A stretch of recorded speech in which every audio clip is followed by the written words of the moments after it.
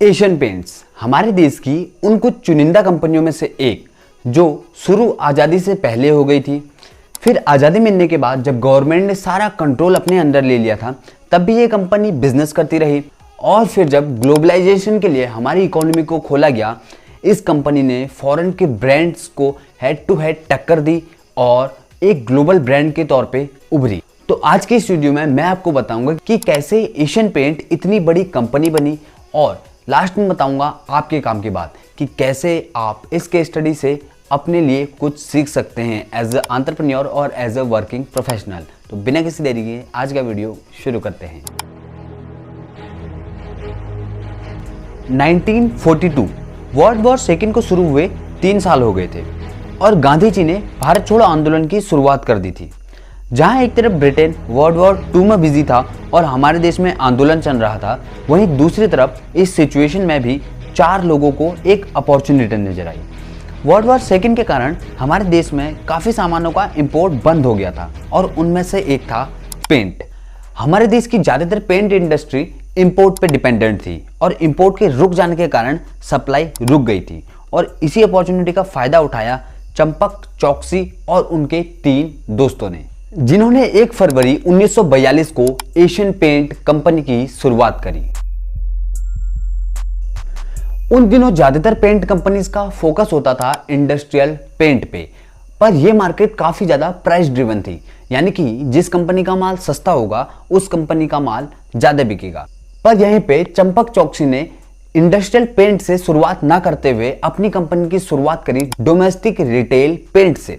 शुरुआत में यह मार्केट बहुत छोटा था पर इसका एक बहुत बड़ा फायदा था। यहां पर ब्रांड अपने कंज्यूमर के साथ डायरेक्ट कनेक्शन बना के अपने आप को एक ब्रांड के तौर पे इस्टेब्लिश कर सकते थे और जब भी कोई कंपनी एक ब्रांड बन जाती है तो उसके पास एक बहुत बड़ी सुपर पावर और एक बहुत बड़ा कॉम्पिटिटिव एडवांटेज होता है, जो कि होता है प्रीमियम प्राइसिंग। यानी कि जो कंपनी ब्रांड बन चुकी है वो अपने कॉम्पिटिटर्स के मुकाबले ज्यादा प्राइस चार्ज कर सकती है सेम प्रोडक्ट और सर्विस के लिए।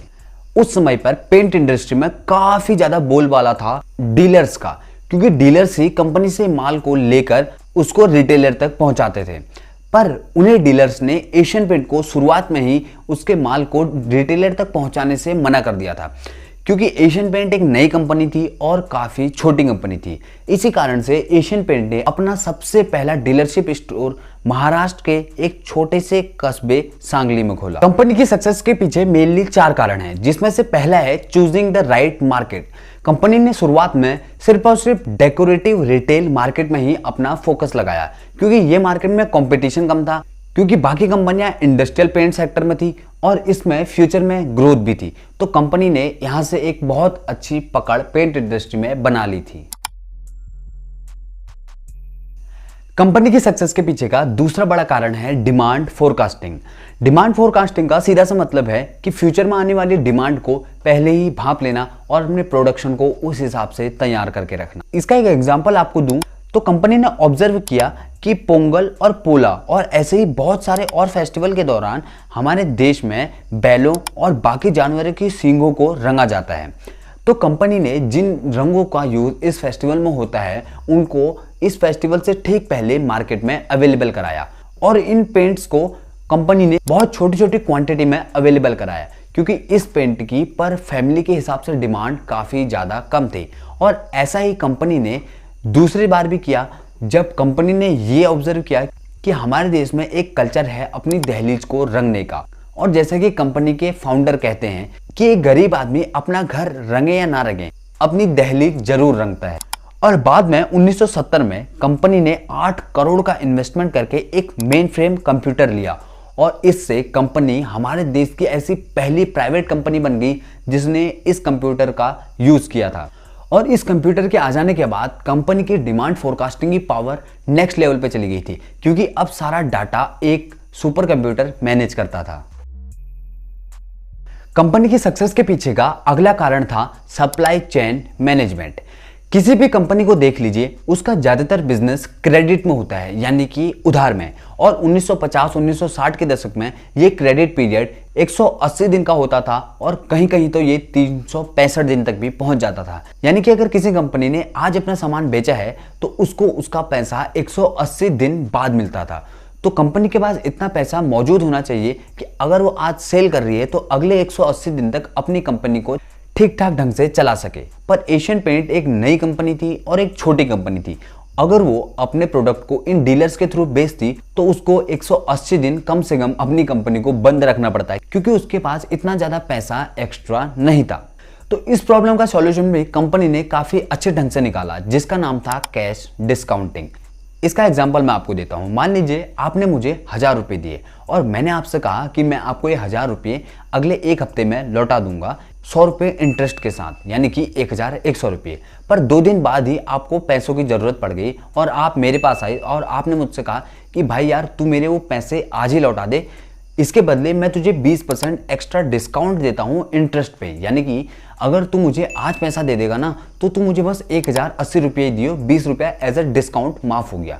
तो अगर आप अपने पैसे को एक लिमिट से पहले मांगने लग जाते हैं तो आपको एक एडिशनल डिस्काउंट देना होता है।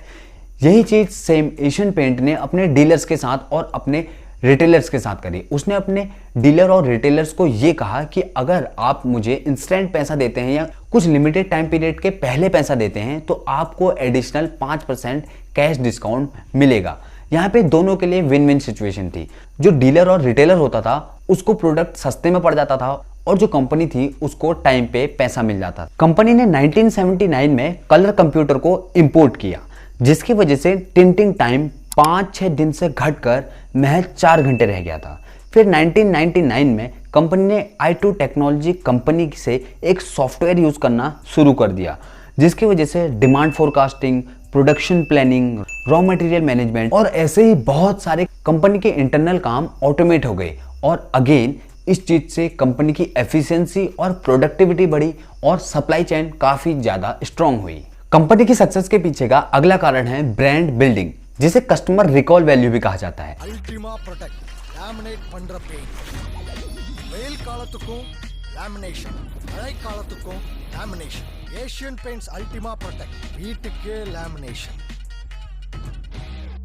ब्रांड बिल्डिंग के 2 सिंपल से रूल है। पहला, अच्छा प्रोडक्ट डिलीवर करना कस्टमर को, और दूसरा एक बहुत ही अच्छी मार्केटिंग के जरिए कस्टमर के दिमाग में एक बहुत अच्छा परसेप्शन बनाना अपने ब्रांड के लिए। एशियन पेंट बहुत अच्छा प्रोडक्ट बना रहा था और इसके ऊपर उसकी मार्केटिंग भी काफ़ी अच्छी थी। इसका एक बहुत बड़ा एग्जांपल ये है कि कैसे एशियन पेंट ने धीरे धीरे एक नॉर्मल हाउस होल्ड पेंट के ब्रांड से अपने आप को शिफ्ट किया एक प्रीमियम पेंट के ब्रांड के रूप में। वैसे तो इस केस स्टडी में बहुत कुछ है सीखने के लिए, और अगर आप ज़्यादा सीखना चाहते हैं तो आप नीचे दिए हुए लिंक से इस किताब को खरीद सकते हैं, जिसमें इसके अलावा बहुत और कंपनीज के बारे में भी लिखा हुआ है। पर मेनली इस केस स्टडी से हम 3 चीजें सीख सकते हैं, जिसमें से पहला है डिमांड फोरकास्टिंग। डिमांड फोरकास्टिंग एक ऐसा हथियार है जो अगर आपके पास है तो आपकी कंपनी के पास हमेशा एक कॉम्पिटिटिव एडवांटेज रहेगा। और अगर आप एक वर्किंग प्रोफेशनल है तो अगर आपके पास ये आर्ट है तो बड़ी बड़ी कंपनीज आपको लाखों रुपया इस आर्ट के बदले पे करने के लिए तैयार है। दूसरी चीज जो हम इस केस स्टडी से सीख सकते हैं वो है टेक्नोलॉजी। आज की इस बदलती दुनिया में हर सेकंड पूरी ही दुनिया के किसी न किसी कोने में कुछ ना कुछ बन रहा है, और यही बदलती टेक्नोलॉजी हमारे बिजनेस एनवायरनमेंट को बहुत ही ज़्यादा तेजी से बदल रही है। तो आप इस टेक्नोलॉजी का अच्छे से यूज़ करके अपने बिजनेस में एफिशिएंसी ला सकते हैं और उसकी प्रोडक्टिविटी बढ़ा सकते हैं और अपने बिजनेस को नेक्स्ट लेवल पे पहुंचा सकते हैं। और तीसरी चीज़ है ब्रांड बिल्डिंग। अगर आप एक ऐसे बिजनेस में हैं जहां आप और उससे प्राइस कम रख के और बड़े बड़े डिस्काउंट देके सर्वाइव कर रहे हैं तो ये चीज़ आपके ब्रांड के लिए बहुत ही ज़्यादा खतरनाक है। आप अपने ब्रांड बिल्डिंग पे फोकस कीजिए ताकि आप अपने प्रोडक्ट को महंगे में भी बेच सके और एक अच्छा खासा प्रॉफिट भी कमा सके।